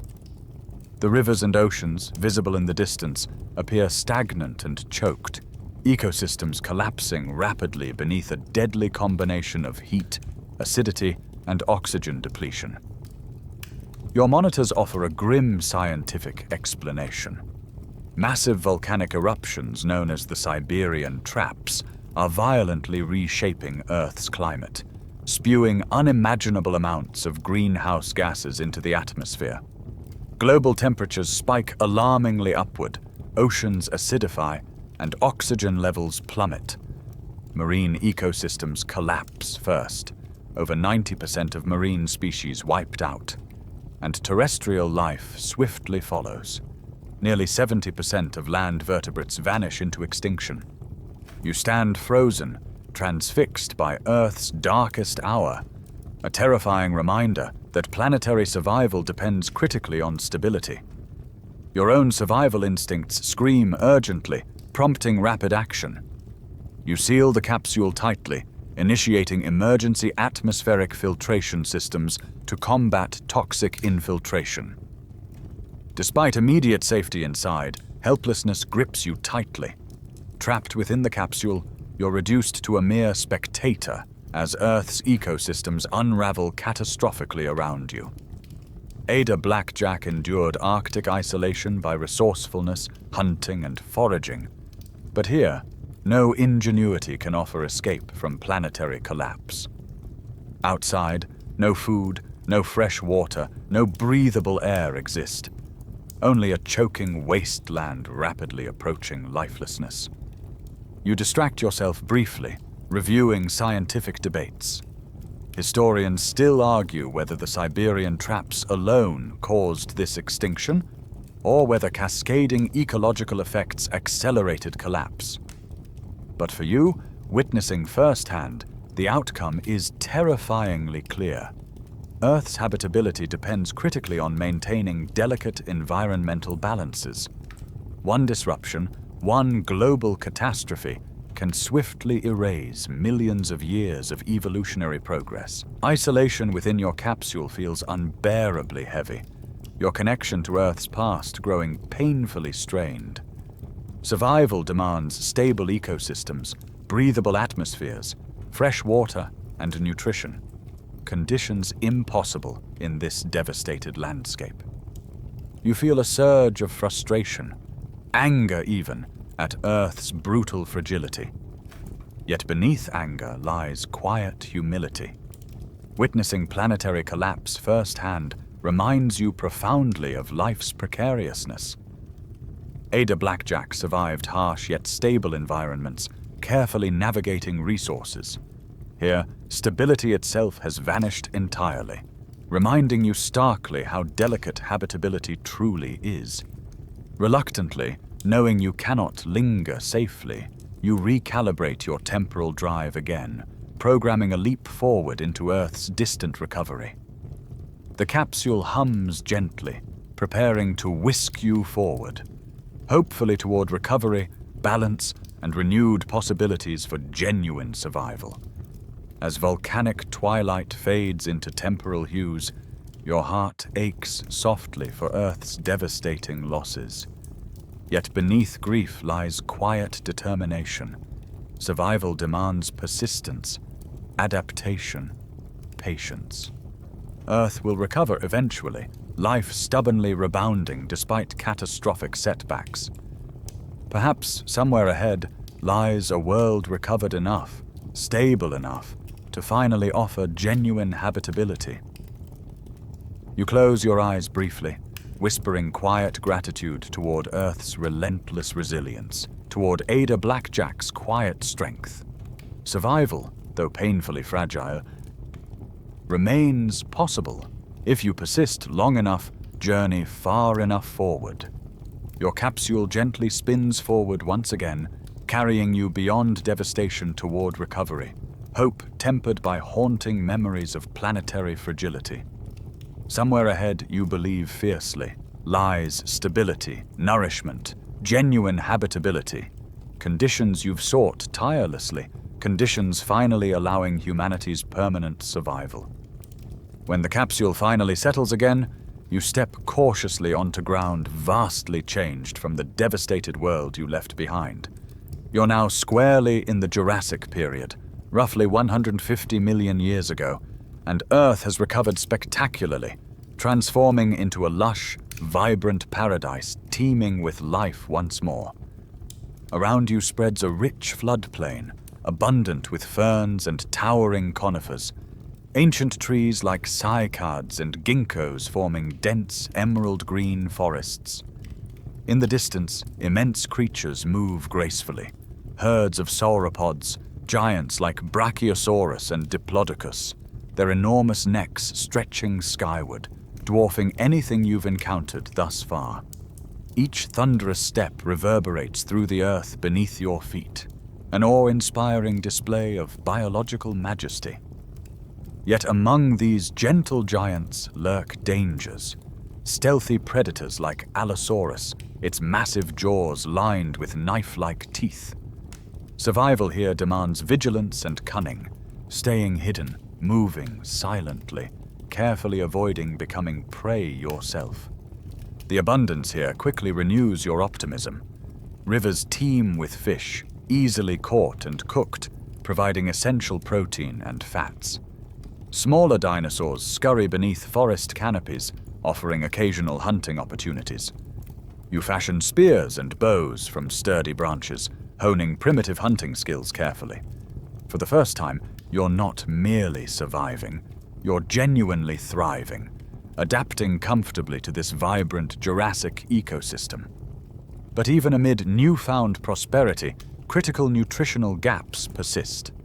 Ferns remain largely indigestible, cycads and conifers offering cones frustratingly devoid of nutritious seeds. Your diet remains stubbornly protein-rich, but dangerously lacking carbohydrates and essential vitamins. Without fruits, nuts, or edible greens, nutritional imbalance threatens your long-term health. You recall Ada Blackjack's careful dietary balance, scavenging berries, edible plants supplementing her protein intake. Here, despite abundance, your survival remains nutritionally flawed. Still, progress encourages cautious hope.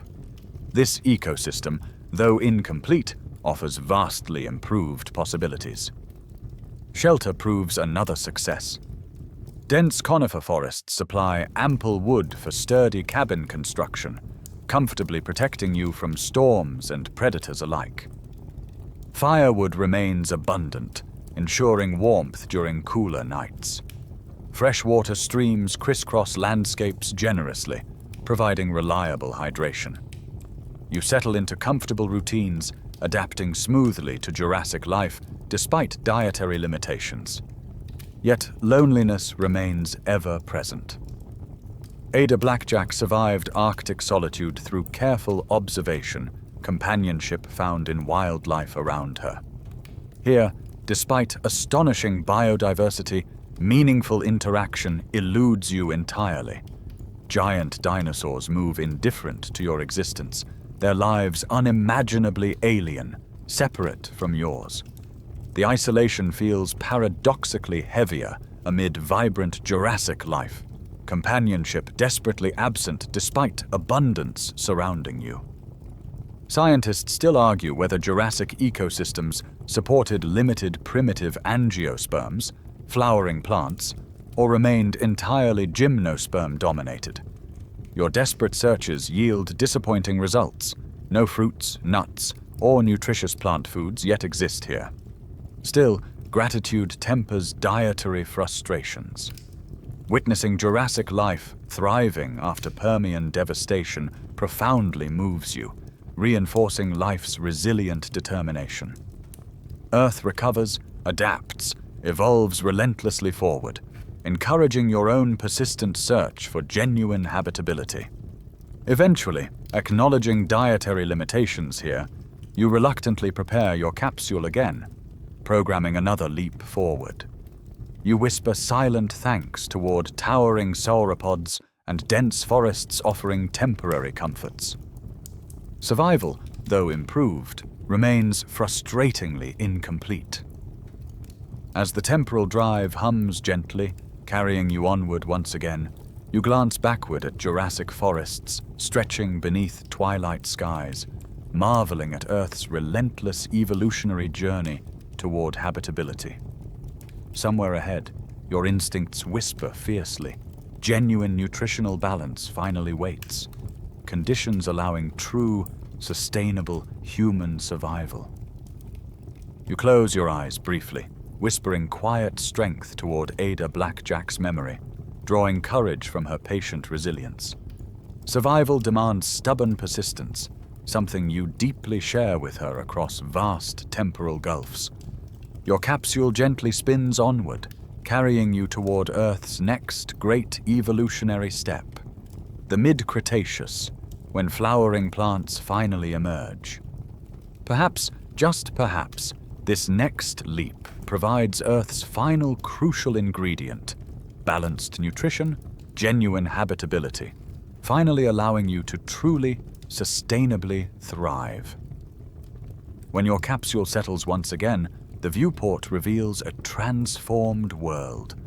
You've arrived in the mid-Cretaceous, roughly 100 million years ago, and Earth feels warm, humid, lush, bursting with vibrant new possibilities. Stepping cautiously outside, your senses sharpen immediately, sensing something different in the air. Sweet, fragrant, inviting. Around you lies a thriving landscape. Dense forests filled not merely with cycads and conifers, but something revolutionary. Flowering plants. For the first time since your journey began, Earth's botanical palette includes bursts of color, bright petals, soft blossoms, and lush foliage hinting at long-awaited nutritional possibilities. You quickly begin exploring, eager and hopeful, your heart pounding with anticipation. Nestled within flowering branches, you find fruits, small, primitive figs, clusters of berries, and nuts ripening gently beneath dappled sunlight. You cautiously taste them, flavor exploding across your tongue. Sweet, juicy, nutritious. Your body, starved for essential carbohydrates and vitamins, immediately recognizes their profound significance. After billions of years of planetary evolution, Earth finally provides balanced nutrition essential for human survival. Nearby, you observe creatures adapted specifically to this new botanical landscape. Dinosaurs like Iguanodon, grazing contentedly among lush foliage, carefully plucking fruits and leaves. Smaller mammals dart through underbrush, feeding eagerly upon berries and nuts. Earth's ecological networks finally support creatures with nutritional needs mirroring your own, confirming your long-awaited survival possibilities. Shelter, too, remains easily accessible. Dense forests offer abundant materials, sturdy branches, vines, and leaves sufficient for reliable construction. Freshwater streams ripple invitingly, providing plentiful hydration. Fish populate rivers abundantly, supplementing plant-based diets with vital protein and fats. You swiftly establish comfortable routines, foraging fruits, nuts, and berries daily. Fishing and occasionally hunting smaller mammals. Balanced nutrition finally achieved, your body flourishes. Energy renewed, health dramatically improved. Survival here feels not merely possible, but genuinely sustainable. Yet danger still lurks amid Cretaceous abundance. Large predators, early tyrannosaurs, and massive carnivorous dinosaurs prowl forests menacingly. Survival demands careful vigilance, remaining hidden, moving cautiously, avoiding becoming prey yourself. Still, such dangers feel manageable compared to nutritional hardships previously endured. Despite flourishing physically, loneliness remains your persistent shadow. Ada Blackjack survived isolation partially by observing wildlife companionship patterns. Foxes, birds offering limited interaction. Here, dinosaurs remain indifferent, mammalian creatures wary. You sit quietly outside your cabin, beneath twilight skies painted brilliantly in shades of gold and amber, longing for meaningful companionship still frustratingly absent, despite Earth's newfound bounty. Scientists still argue precisely why flowering plants suddenly dominated Earth's botanical landscapes during the mid-Cretaceous, whether insect pollination drove diversification or environmental pressures triggered evolutionary strategies. Regardless, their revolutionary appearance profoundly reshaped ecosystems, finally providing humanity's essential missing survival ingredient: balanced nutrition. Your gratitude toward Earth's patient evolutionary journey runs deeply now. After witnessing catastrophic extinctions, frozen wastelands, and nutritional dead ends, genuine habitability finally emerges gently beneath flowering branches, sweet fruits, and nutritious nuts. Survival, so long tantalizingly close yet incomplete, finally becomes fully achievable. Yet despite thriving, your capsule awaits quietly nearby, a silent reminder that your journey isn't quite complete. Ahead lies Earth's final temporal step, your true home era. Though survival here proves entirely possible, permanent residency isn't your goal. You prepare your capsule gently, programming Earth's familiar modern timeline, finally concluding your extraordinary temporal exploration. Before departing, you whisper quiet thanks toward flowering plants around you, deeply grateful their evolutionary innovation finally provided balanced nutrition crucial for human survival. Your heart aches softly with gratitude, humility, and fierce pride, witnessing firsthand Earth's remarkable evolutionary journey toward genuine habitability. As your capsule hums gently once again, preparing final temporal travel, you glance briefly backward at lush Cretaceous landscapes beneath softly glowing skies. Survival here proved genuinely sustainable, balanced, even enjoyable. Yet home beckons quietly ahead, promising comfort, companionship, familiarity. You close your eyes briefly, whispering quiet strength toward Ada Blackjack's memory, deeply grateful her resilience inspired your own persistence. Survival demands stubborn courage, relentless determination, qualities you now deeply share across temporal gulfs. Your capsule spins forward gently, pulling you finally toward home. Earth's modern era, conditions perfectly suited to humanity's needs. Survival, so long sought tirelessly across Earth's turbulent history, finally awaits gently, warmly, welcoming you home at last. The capsule gently hums to rest, signaling your arrival at the final stop. Your true temporal shore, the Cretaceous twilight, around 100 million years ago. You step out slowly, knowing this marks the end of your long and arduous search. Around you stretches a warm, verdant landscape, bursting with vibrant flowers, towering forests and gentle hills covered in lush grasses. Here, beneath soft golden sunlight filtering gently through dense foliage, you find everything you need to truly, sustainably thrive. Sweet-smelling flowering plants produce abundant fruits, berries and nuts, nutritious foods your body desperately craved throughout billions of years of history. Nearby rivers teem with fish, providing protein-rich diets essential for balanced survival. Small mammals and birds inhabit thick underbrush, offering occasional hunting opportunities. Your diet finally complete, nutritious, balanced. Shelter, too, proves comfortable and secure. Towering trees supply ample materials, branches, bark, sturdy vines, for building reliable structures. Freshwater streams ripple invitingly, offering hydration whenever needed. Conditions here finally align perfectly, nutritionally, environmentally, climatically, for genuine, sustainable human survival. Yet beneath this profound relief lies quiet melancholy. Loneliness still shadows you persistently, companionship elusive amid vibrant yet indifferent ecosystems.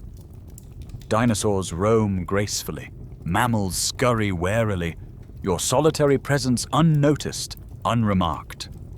Survival, you realize deeply, demands more than mere nutrition, shelter, hydration.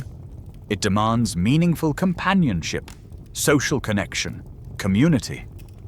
Sitting quietly beside your cabin, beneath twilight skies painted gold and lavender, you contemplate Earth's extraordinary evolutionary journey you've personally witnessed. Molten infancy, catastrophic extinctions, Frozen wastelands, nutritional dead ends finally yielding gentle habitability beneath flowering branches and soft sunlight. Yet genuine human flourishing requires something deeper: community, companionship, shared survival. You recall Ada Blackjack's survival on Wrangel Island, her fierce determination inspired partially by companions she lost, people whose presence she deeply missed. Here, isolation feels heavy, despite flourishing physically. True home demands social connection, meaningful companionship absent even amid this lush, Cretaceous paradise. Scientists still argue precisely when Earth's conditions became genuinely suitable for humanity, debating ecological nuances, evolutionary milestones. But your journey proves firsthand genuine survival requires delicate balances: nutrition, climate, shelter, fresh water, and community. Habitability depends fundamentally upon stability, interconnectedness, balance. Eventually, quietly acknowledging loneliness still present despite abundant resources, you prepare your capsule again, programming one final temporal jump forward, your own modern era, promising comfort, companionship, familiarity. You deeply miss. Gratitude toward Earth's patient evolutionary journey remains profoundly humbling. Your survival made possible only by billions of years of planetary transformations. As your capsule hums gently, temporal colors softly enveloping your vision, you glance backward one final time at lush Cretaceous landscapes beneath softly glowing skies. Survival here proved genuinely sustainable, balanced, even enjoyable. But companionship beckons quietly ahead, your true home promising meaningful connection finally. You close your eyes briefly, whispering quiet thanks toward Ada Blackjack's memory, deeply grateful her quiet strength inspired your persistence. Survival demands stubborn courage, relentless determination, but genuine flourishing demands companionship, community, connection. The capsule gently spins onward, finally concluding your extraordinary temporal journey. Ahead lies your true home era, conditions perfectly suited nutritionally, environmentally, and socially to humanity's unique needs. Survival, sought tirelessly across billions of turbulent years, finally awaits gently, warmly, welcoming you fully home at last. At last, the capsule settles gently, completing its final jump. As you step outside this time, a profound sense of familiarity wraps around you like a comforting embrace. You've arrived back in your own epoch, your true home, the era in which humanity evolved and flourished. Around you, the landscape is warmly familiar, abundant with lush vegetation. Fruits, grains, vegetables cultivated meticulously by human hands. Forests offer plentiful timber for comfortable homes. Rivers run clear with fresh water, and gentle climates support thriving, interconnected communities. Here, survival no longer feels like a struggle or uncertain compromise. Instead, conditions align perfectly, delicately balanced. Nutrition abundant and diverse, shelter secure and comfortable, hydration consistently available, ecosystems stable and supportive. Most importantly, companionship thrives warmly all around, meaningful social connections fundamental to human flourishing. Sitting quietly beneath soft twilight skies, you recall vividly the astonishing journey undertaken. Witnessing Earth's molten infancy, catastrophic extinctions, frozen wastelands, nutritional dead ends, and vibrant yet incomplete ecosystems finally yielding genuine habitability. Your survival, you realize deeply, was made possible only by billions of patient evolutionary steps, each delicate balance eventually aligning perfectly to sustain humanity fully. You reflect softly on Ada Blackjack's courage, recognizing profoundly how her resilience inspired your persistence across seemingly endless temporal gulfs. Survival demands stubborn determination, relentless adaptation. But true human flourishing requires connection, community, belonging. As stars gently appear overhead, familiar constellations sparkling softly, you experience deep gratitude toward Earth's extraordinary evolutionary journey. Witnessing first-hand habitability's delicate fragility profoundly shaped your appreciation of survival's complexities. Every breath now carries humble reverence toward billions of years of planetary transformations, patiently paving humanity's pathway home. Yet beneath profound gratitude lies quiet responsibility. Recognition that Earth's delicate balances depend critically upon careful stewardship, thoughtful protection, conscious sustainability. Your journey vividly revealed planetary fragility, ecosystems easily disrupted, habitability delicately balanced. Humanity's continued survival demands respectful coexistence, ecological mindfulness, persistent gratitude. Slowly, softly, twilight deepens gently around you, familiar sounds of community, voices, laughter, companionship, drifting warmly across evening air. Isolation finally lifted, companionship abundant. Your survival journey concludes profoundly, peacefully, gratefully. Tonight, beneath gentle starlight, you rest comfortably, knowing deeply that survival requires not only nutrition, shelter, water, and climate stability, but connection, community, meaningful relationships, grounding humanity within delicate planetary webs of life. You close your eyes, whispering silent thanks toward Earth's astonishing evolutionary patience, toward Ada Blackjack's resilient courage, toward fragile ecosystems finally welcoming humanity warmly home. Now, relax your body, slow your breathing, and let your thoughts drift gently. After such a long journey, you've earned deep, restful sleep. Tomorrow holds new adventures. But tonight, beneath familiar stars, you're safe, comfortable, genuinely home at last. Sweet dreams, traveler. As your breathing softens and muscles relax gently, your mind drifts comfortably, replaying Earth's incredible journey. Molten beginnings, frozen wastes, lush jungles, and flower-filled valleys flow smoothly through your thoughts, each memory gently fading into peaceful, calming darkness. Isolation feels distant now, replaced warmly by comforting companionship surrounding you.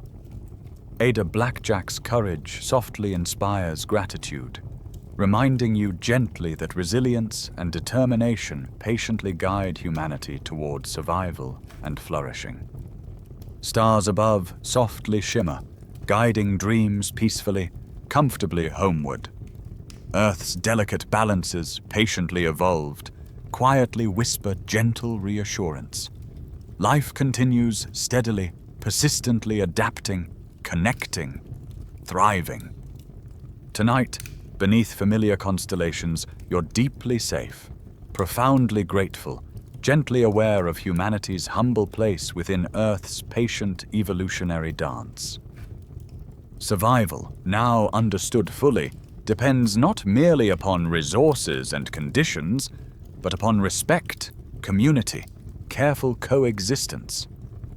Slowly, softly, gently, consciousness fades warmly, comfortably. Sweet dreams softly enveloping you, carrying you safely, warmly into restful sleep. Tonight, you're finally fully home,